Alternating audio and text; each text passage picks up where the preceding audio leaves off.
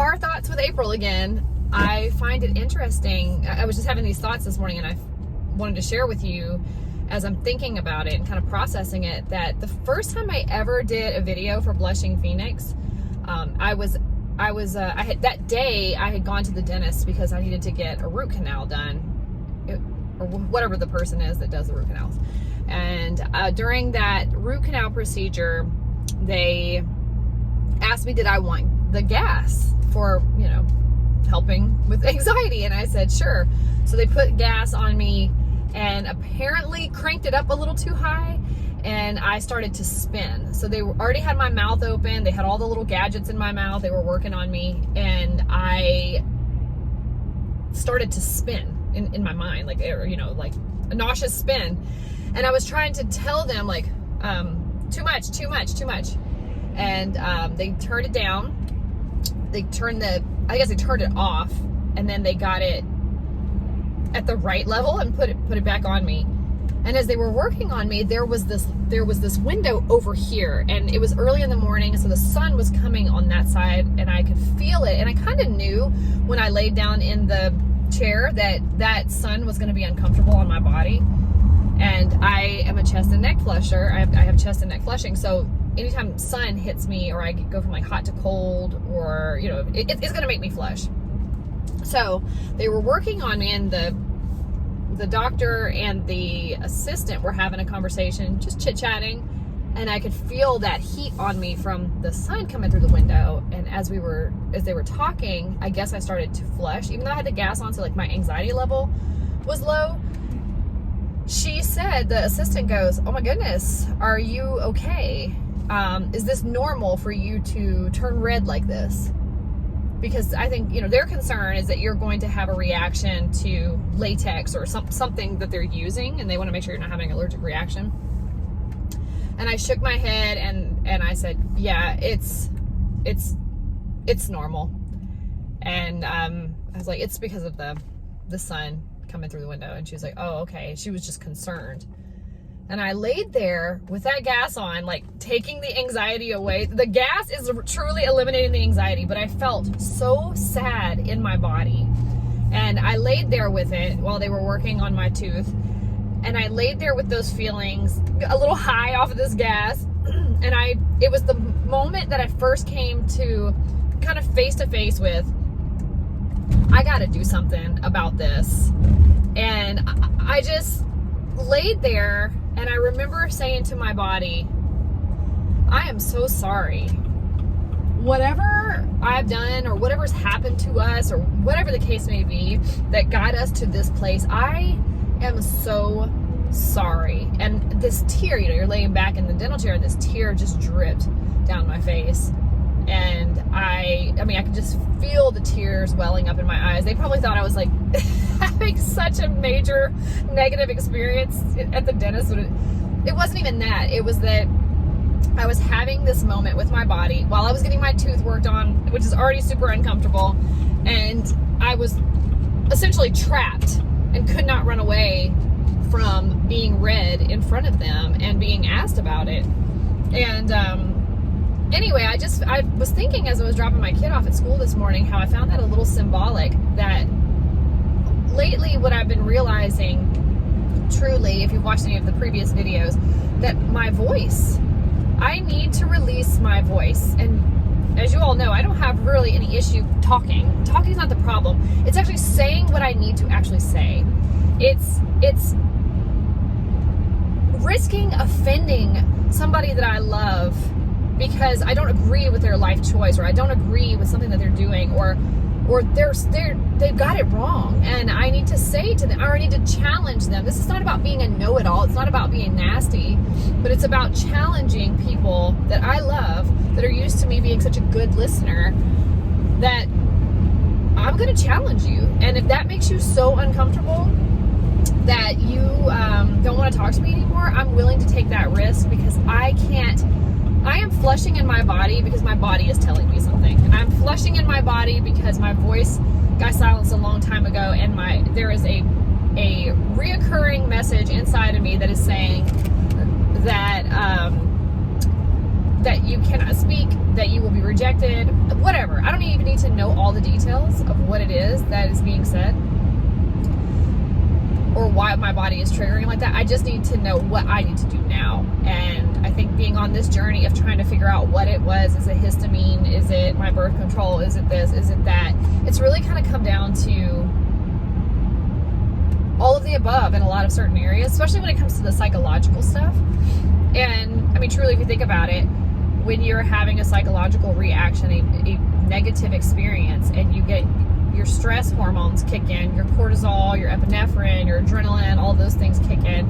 If my body's having a reaction to the histamine and cortisol, then yes, I'm having a histamine reaction. But it's so much deeper than getting on antihistamines or beta blockers or getting a makeup or products, or, you know, I'm still for that. I'm all for, like, try out what you have to do, try what you need to try, do what you have to do, because all of those things have led me to this ultimate place of finding my freedom and getting to this place of freedom that I believe, I will wholeheartedly believe that I'll be able to say to you that I've cured myself and how I did that. But the purpose of telling you about the whole dentist story of how this all started is that I found over the last week that I really started to find my voice and speak out about things that are uncomfortable to me. No, first of all, just becoming aware of things that are uncomfortable and how I get really uncomfortable about having to speak up with authority.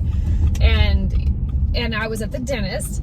I was getting a crown put on, not a root canal this time, but it's a different tooth.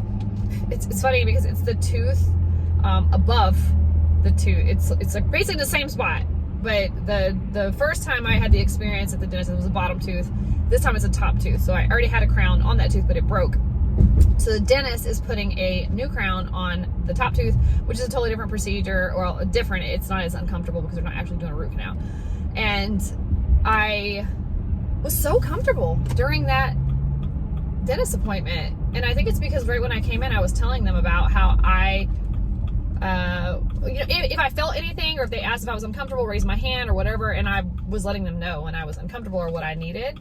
And like a big thing for me is I need chapstick when I'm at the dentist. I do not like my lips to dry out, and so, you know, just putting my chapstick on instead of feeling like I'm in the way. Like, give me a second to put my chapstick on. And so anyway, the appointment itself was comfortable, but then at the end, some of you might have heard this in the videos that I've made recently, but something just didn't feel right in my mouth. And the assistant had said to me, well, you know, it's because your mouth is a little swollen still, or, you know, whatever. It's going to take a minute for it to feel like it's your tooth. And I was like, yeah, it just feels like big. Like it just feels like a big tooth. It doesn't feel like I'm very aware that this tooth is in my mouth right now. Like, oh, well, that's kind of what your brain does. Okay. So then I wound up going to my car, sitting in my car for a minute, biting, kind of like feeling my bite in my mouth. And I'm like, yeah, no, this isn't right. I shouldn't, like, when I bite my teeth down, this side touches, this side does not touch at all. These side of my teeth should be touching. So I got out of my car, went back in there, and was really kind about it, but just told them this is what I need. And I'm not going to go fully into it. You can watch some of my other videos recently about speaking up. But I know that there's new people here too that have never even heard the story. But I just was driving and dropping my kid off at school, and I was like, I find that so interesting that this journey started about 3 years ago after a dentist appointment with a root canal. And this part of the journey has found its place after another dentist appointment, getting a crown replaced, where I had to exercise speaking up for myself. And I want you to hear me. I'm not speaking up for myself like I have to advocate for myself because everybody's against me and I've got to be able to speak and say what I need. It's nothing like that at all. I don't feel like anybody's against me. I don't feel like there's any enemy in this. I just feel like it's about, you got to say what you need to say. So I just found that kind of interesting and full circle moment, and I wanted to share that with you as I was processing my thoughts around it. I really think there's power in being able to say what you need to say when you need to say it, and saying it in an appropriate way. I don't think you have to be mean. And my husband was telling me this. My husband said, you know, I realize with people that speak up for themselves, they're usually known as like these arrogant people, assholes, rude. And really, because it's like people either can't say anything at all, or they have to explode. And I don't want to be a person who's exploding. I don't want to be an angry, exploding person, like everybody's against me and having to say in my mind that everybody's against me for me to be able to speak up. I don't believe that at all. I just believe that people are in their own world doing their own thing. And I also believe, like, when it comes to family, friends, people that have known you, they are just going off of what they feel like they're allowed to do. And I think we're scared to risk losing them, so we don't want to say anything to them because we're afraid that we'll lose them.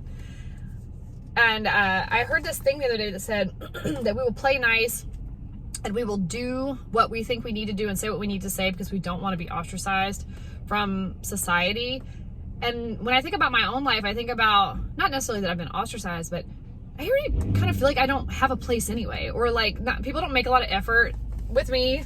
There's a lot that I haven't gained much from trying to not be ostracized, if that makes sense. Like, it's more of the fear of being alone versus actually being alone. Like, I've been alone many times. I've been in deep depressions alone many times, and good comes out of those things. It's actually when I'm surrounded by crowds of people and there's a lot of noise and chatter around me that I suffer more than anything, because I don't want to feel alone. But it's actually when I'm alone that I find a lot of truth and grounding, and and me finding my voice, and I don't know, I just feel more empowered, actually, either being with people who are empowering people or by myself. And so I think sometimes we just have been taught and conditioned to stay part of the tribe, to not be alone, to not be on our own. And that makes us feel like we have to keep playing these roles and performing and being these people for others.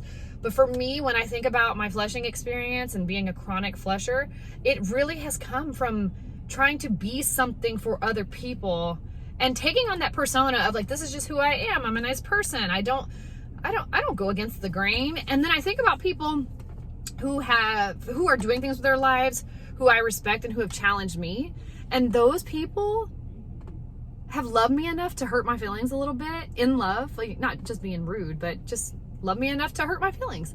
And those are the people that have brought on the most change in my life. And I think for me, it's not about trying to change people. I'm not doing this to change people. I'm doing this to free myself.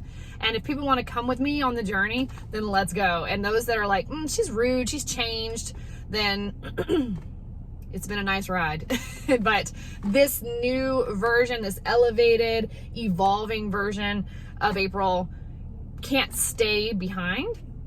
And a lot of times when you're elevating to that next level, you cannot take the people with you that are in your sphere now, which is really, it's sad and you have to grieve it.